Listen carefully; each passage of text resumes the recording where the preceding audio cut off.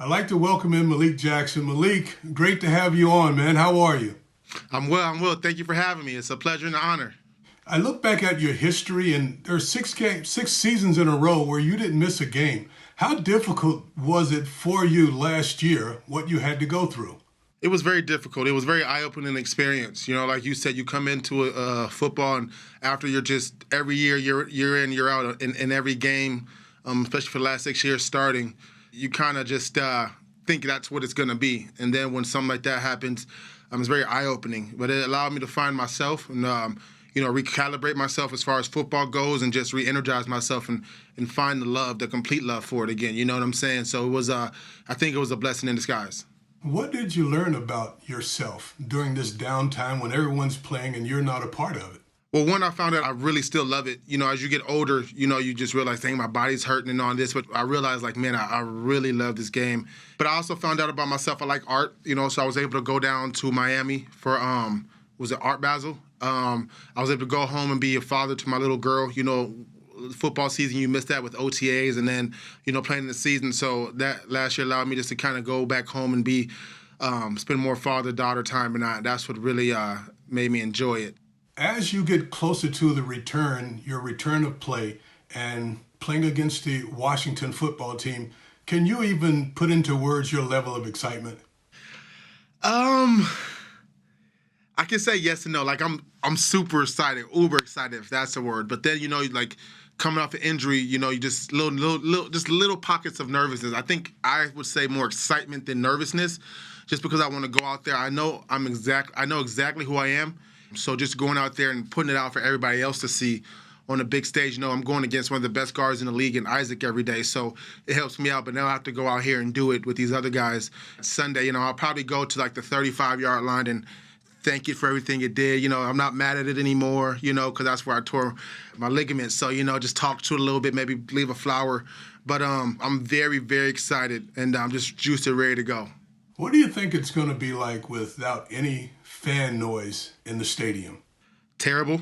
The fans are what gives you energy, especially when you come to a city like Philly and you see these fans and you hear them. And so I think it's going to be tough, but it is what it is.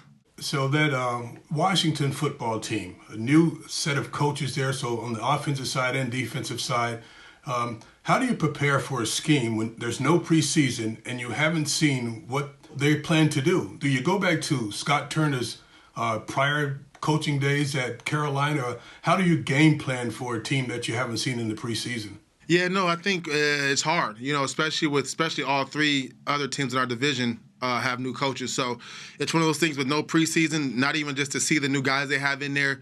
I have a second-year guard who I'm going to go against, so not even just to see him and what he's learned and how he's grown. Like I said, as long as everybody else has the same thing, man, it is what it is. You know what I'm saying? I can't go out here and complain and can't really talk about it badly. You got to go out there and you have to start fast. You have to be who you are and do what you've been doing well, and that should be enough. When you say be who you are, we didn't see enough of Malik Jackson.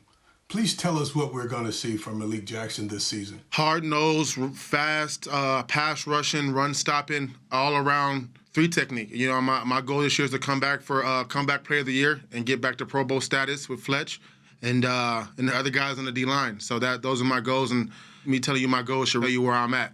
Speaking of Fletch, I know you spent some time at his ranch over the offseason. Tell me a little bit about that, because, you're a big 6'5", almost 300-pound man. They tell me you're afraid of little bugs.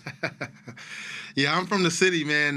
We don't have big bugs and tarantulas and bigger spiders and snakes rolling around where I'm from, So it's just different. I'm not used to that, but I got used to it. I want to stop calling myself a city boy and start getting into nature. You know what I mean? But yeah, just a few things make me nervous in the wild.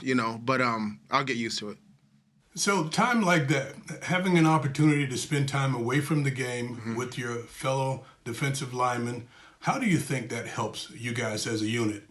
I think it helps us a lot. First, for me, coming off an injury, being able to put myself back in a football situation to see how my foot does, just go out with the guys. And, we do drills or we all just do stuff and be able to size them up and be like, okay, he does that. That's how his ankle goes. Okay, cool. If my foot can do that, then I'm good. That's my measuring stick. You know what I'm saying? So for me, it was really good. Like I said, coming off an injury and just, me being gone a lot last year, just being around the guys again, letting them know who I am, how I rock, and all that, and getting back in form with them.